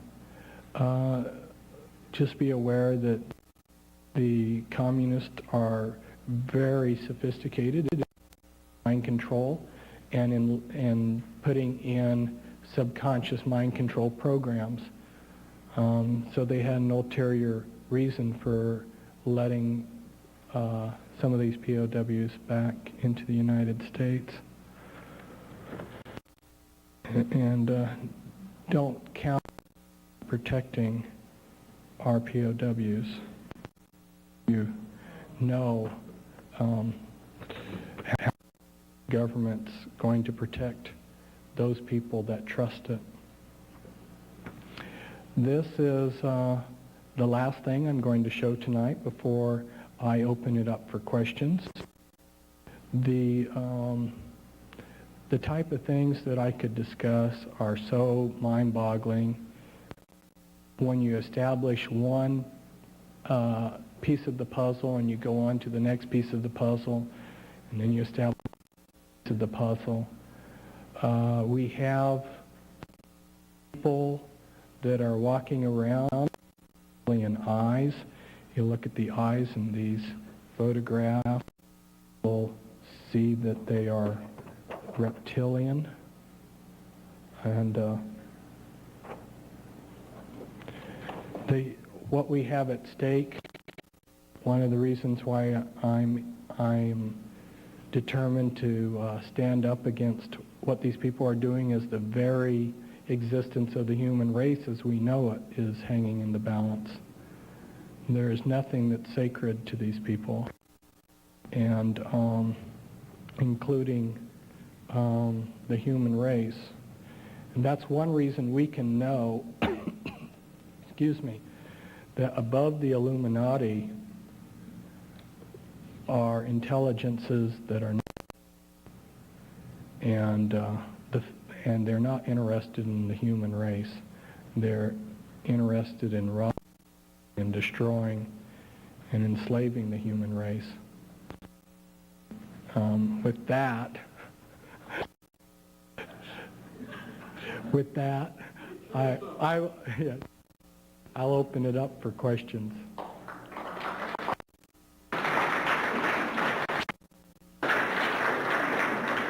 That was certainly a fascinating presentation. You know, we have had some of these personalities, controlled personalities here at the forum. We had Kathy O'Brien and Mark Phillips. Do you happen to know them? The question was, do I know Kathy and Mark? Yes, I've known them for a number of years. And we've had the opportunity to meet each other several times and discuss things back and forth. In support of what Fritz was saying, on May 14th we're going to have a program here which will be about weather modification. We had a woman, Paula Randall Smith, who sold her house to make this incredible production. And they literally go to the site and visit the site in Alaska where they have this. And she interviews people that have worked there and people from the government and people that are very knowledgeable, have done research on it. So like I said, saying, you might want to tune into the May 14th program. Now we're going to start with questioning. Go ahead. Any questions, just come over here and line up. Yeah, Fritz. I just recently got a book upon through ads and through backgrounds with they embed messages such as, like, you know, you would put pornographic messages such as sex and et cetera, but the television has to actually mind control tool. For example, the Super Bowl Sunday, all the commercials, they have to have subliminal messages in that, basically trying to control us. And you think? There's a lot of concern about subliminals. That concern is really, if the proper balanced understanding of what's going on and what subliminals can do, subliminals is not that great of a threat, and is very minor in comparison to this total undetectable trauma-based mind control. But I would say this, that to communicate with the conscious mind without the conscious mind realizing it. And there are a lot of things that are done over television that hit the subconscious mind. And there are a lot of signals and so forth that are put over the television that are directed towards these mind-controlled slaves out there. And in fact, I've watched in some programs where they have triggers or codes that are meant for a broad spectrum of slaves. For instance, Princess Diana's death was one of those events where they were able to communicate to a vast number of slaves. And this relates to the end times plans that they have. They have plans that have been being that are very intricate, that require a lot of different people and components to bring about. So what you're saying, basically, that's relatively lightweight, the ads? And Yes. Once again, in support of what Fritz is saying, we're going to have David Icke here May 7th about the, quote, death of Princess Diana, the murder of Princess Diana, so he calls it. So we have to stay. Currently in Paris, Commission for Economic Cooperation and Development, there are trade representatives of 29 nations working on the final draft of the multilateral agreement. It's scheduled to be voted upon by the U.S. Senate next year in May. And how will the plans of the Illuminati if our senators vote it into power? Well, it's definitely part of their plan, and one of the key things about the way things are taking place is that they're all to occur now. People that have sat in on Illuminati meetings as to when they gave, they told their members as to what was going to happen. They repeatedly, the key word was natural. So it's like we look at GATT, things that you're talking about, and it looks like the world, the nations of the world are getting together and doing this, but in actuality, it's all they're following a script. Hi, Fritz. Doug Millar. Good to see you again, buddy. Hi, Doug. 3 years ago, remember when I was referred to you and you spoke in the San Francisco Bay Area on Memorial Day weekend? And I remember we talked about, you mentioned tonight about the fact that not everybody that is going around exposing mind control is on our side. Yes. And along that line, remember 3 years ago we talked about Mark Phillips and Kathy O'Brien, and I bit my tongue at that time because for 5 years this month I've been holding back and releasing information about the fact he uses her for mind control and bait to get other monarch victims to surf. I went public with that in Atlanta with Dave Icke there, Ted Gunderson, Bryce Taylor, a bunch of people last October 2nd at a 3-day national conference. But, I know that a lot of people, Mark Phillips doing, because, you know, he's monarch and CIA mind control and things like that. But have you ever gone across anything to indicate that he is using her as a bait? Because you see, he's discredited every single victim. He's deprogrammed except for her in the last. Well, I'm very familiar with, I'm familiar with some of the ins and outs of what's been going on with Mark Phillips and people that he's come in contact with and so forth. And one of the things that I choose to do is that, and let me explain my reason behind this. I go very easy on a lot of people that I could stand up and rake over the coals or criticize. And I'm primarily concerned throwing a monkey wrench in what's going on and really fighting the battles that. And we get bogged down in a lot of infighting. I could stand up here and I could list of double agents, you know, here and there, people that have been speakers here, but I would consider that counterproductive, because you understand how a double agent is created. Let me explain this. One of the double agents in World War II, the highest decoration that could be given by Germany, and he was also given the highest possible by England. Both sides were very, very. We are getting more positive information and from these double agents than most people. Most people are couch potatoes sitting on the on their chair watching professional wrestling. And if I had to size, it would be the couch potatoes. It wouldn't be agent. In order to create a double agent, have to they provide chicken.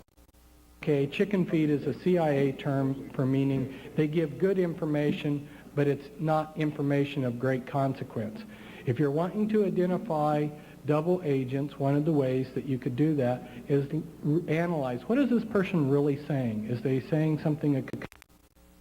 But I have backed off from trying to pull the tares from the wheat, so to speak. The scriptures know that Jesus said, be very careful from the wheat, because you may get some of the wheat. Due to the number of persons here lined up, we're going to try to expedite these questions. Make them short, simple. You get one question, and we'll ask you to hold your comments down on the question to parameters. So we'll try to get through. It is 10:14. 16. A few of us here know you as Victor Earl Schoof. Why the alias Springmeier? In 1983, I legally changed my name for personal reasons, and you'll find that I legally changed it. And one of the attacks that they have tried to make against is they've come up with this. They've tried to discredit the message that I have by trying to discredit me, and they've said that I was CIA and that I was a Satanist, a whole bunch of bogus stuff like this. And they have tried to take this little kernel of truth, which is that I legally changed, and there were some reasons why I legally changed my name. And they've tried to, they've taken this little thing, and it's been incredible how I've watched the lies develop from that. But you'll that if you visit with me, I have driver's license, will, tax statements, passport, so forth in my new name. So so I don't tell people my previous name because. Well, you have a common law right to change your name anytime you want, so as far as I'm concerned, I just wanted to... Okay. Do you know about J.R. Bob Dobbs? Do you know about J.R.? Yeah, I'm not really familiar with them, but yeah, I've heard about them. A lot of are caught up in the Promise Keepers movement. What is the truth about that? And also, we're hearing a lot of stories about death camps and foreign troops on our soil. People are really concerned about that. What is the truth about that as you see it, as you understand it? That was what was the first question again? About Promise Keepers. Oh, Promise Keepers. Okay. What the Illuminati is they look for banner issues that Christians cannot, will never oppose. For instance, a move of the Holy Evangelism 2000. Men keeping their promises. These are banner issues, and behind that banner issue, they can do anything they want because you can't criticize it because it's a move of the Holy Spirit, or they're going to evangelize the world. But if you really go in and look at these banners, at what's actually going on behind them, there's a lot of dirty activity. So anyway, these banner campaigns, they have a good front, but they're used for hidden agendas. So that's, you know, after Promise Keepers, there will be other, probably be other banner issues that they will create. And are there Yes. concentration camps in America? The question was, are there concentration camps? In 1991, when I came out with my Be Wise as Serpents book, I used some of my own findings as well as William Pabst, many years ago, discovered Operation Garden Plot, which I got, I entire military document out all of the troops that are to implement this and what they're to do and everything. This concentration camps has been something that was conceived many years. It's been in the planning and implementation stage for many years.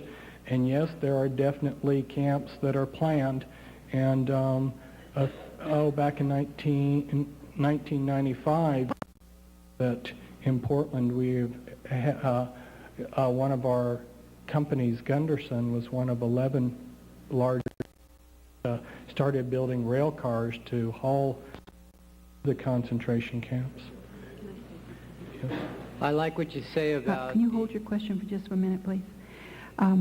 It's running a little bit late, and I just want you to know, because there are some people getting up to leave because of work considerations tomorrow morning, that we have audio and video tapes available of this program. The audio tapes will be 2 of them for $3. That's tonight. And we have a limited number of videotapes available tonight, but he will definitely have more next week. I just wanted you to know for the benefit of those having to leave now. Thank you. I like how the government creates the problems to solve problems. I was just wondering, you said that how many people actually are coming to this country? How many of these handlers do the Illuminati have? And how many that are people that are really hardcore brainwashed? Do you have any kind of statistics on that, or that are in society? Well, statistics on how many people were immigrating from these different countries. I don't know, figure like how many Russian programmers have come here. I could say this, however many that they wanted to. There's no barrier for these people to move across the countries. Go ahead. Hi, my name is Carlos. I realize that in the United States, a big destruction of the human race by intermarriages. Is there any significance of purity of the race? I'm sorry. Pick up the question. Could that be? I think he's talking about marriages. Any significance of interracial marriages to your There's a big significance of interracial marriages, and I know that this will the big slides that people have. But you have to understand how mind control works. Mind control operates off of inheritance and who they are and their identity and their heritage from them. And so if somebody doesn't know where they've come from, they don't know where they are. And if they don't know where they are, they don't know where they're going. So it's been very important to steal our heritage from us. And one of the ways of confusing this is bringing in lots of different nationalities, mixing them up, interracial marriages, so that people do not have a sense of identity. And that's very important. I believe that if you look in the Revelations, you will see that in heaven all the national groups are represented as national groups. You can still identify national groups. God is not an internationalist. He created the different nations as barriers to evil becoming as powerful as it's becoming. These are natural barriers that were put in place so that that evil would be inhibited, and those are being removed. Yes, a question about the motion picture media. My grandfather worked with Cecil B. He was called Mr. Motion Picture, the inventor of the motion picture industry, back in 1913. He was a man. He believed in God, very much in Jesus. The question I have is, ever since DeMille died, well, let's put it a few years before DeMille died, my family was confronted being in fashion designing and personal tailoring for DeMille. My family was on a spot. Or whatever you want to call them, the evilness of the world, wanted DeMille back down so they could have equal time in basically Mexico up to the United States in the teal up to here and show it over the screen. The question is, DeMille told him where to, basically, he wouldn't do it. DeMille said, if you can, basically you can beat me, you can take over the media. And of course, nobody could beat DeMille. He had all the records. He invented this industry. So, since DeMille died in '59, I was up there with my family. I've seen the time step by step, minute by minute, day by day, to year by year, to day. And I do see it coming over Mexico. Is this Illuminati mind control? I'm sure that you were going to say, yeah, of custom.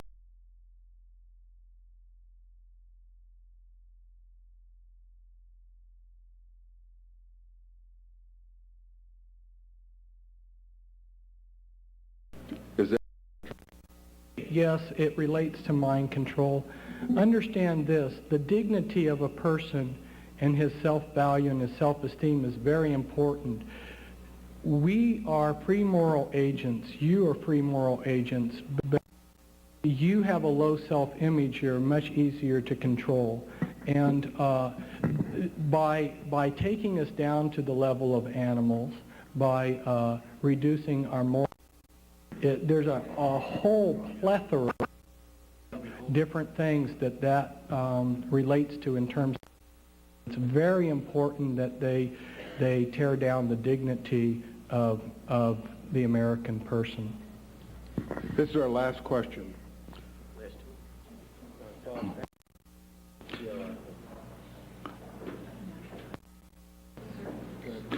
First of all, I'd like to thank you for your courage to stand up and expose this. Thank you. My question is, have you ever heard of a man by the name of John David Oates? He's an Australian. He's taken people's speeches, the presidents and other people in our government, recorded them. Then he has played the tape backwards, and you'll get a totally different meaning on the tape. And what they're really thinking and saying, and it's quite startling. And I'm wondering if there's any connection with this and mind control, or what you know about it. It is incredible. Remember I told you that as I got to understand how the mind works, that I found out that it's absolutely mind-boggling how the function. This is reverse speech, and this is going around and giving classes days, so that try so that they can understand. It's not an easy thing. The mind works in metaphors. The subconscious mind works in metaphors. That's why we're dealing in therapy with people. They have what's for the third ear, where you tell stories, and the mind will connect pictures. So a lot of things I could say in regards to that, but it's nice that somebody's come along and identified this particular thing. I happen to be a certified graphoanalyst, which is analyst, and when you write, when you do hand, your subconscious mind is having to make many decisions very rapidly, and so as a handwriting analyst, I work in reverse. Why did the mind make that decision? You can incredible amount of things about a person from their handwriting. So a lot of ways to track what the subconscious mind is thinking. Yes? Yeah, one last question. Where do they get these children, these 18-month brainwash, and how long do they have them to do it, and whose kids are they? Okay. Common question, especially by people that are skeptics, get the bodies. Actually, when you know the answer, the numbers to obtain are very easy. Incredible network out there that's operating, and in the Volume 2 book, which unfortunately we sold out yesterday, we sold out. In the Volume 2 book, I go into a number of places where they go for sources for these children. Reason why I can't answer your question, is because there's a lot of different sources. Coming down here to California, you can't miss these rest stops at all of these missing children's photos hanging up. A lot of children that's being taken. Generally are used during the programming. There's a lot of children that have to because they're expended to the children that are being programmed. There are a lot of parents that are pressured and manipulated or mind controlled into turning their children over. The Illuminati carry out this mind control on their own, doing it for generations. And so what we have is we have robots programming robots. The world is entirely out of the hands of sane people. Well, thank you for coming. How about for a very fine presentation? Thank you, Fritz. Did you give the information on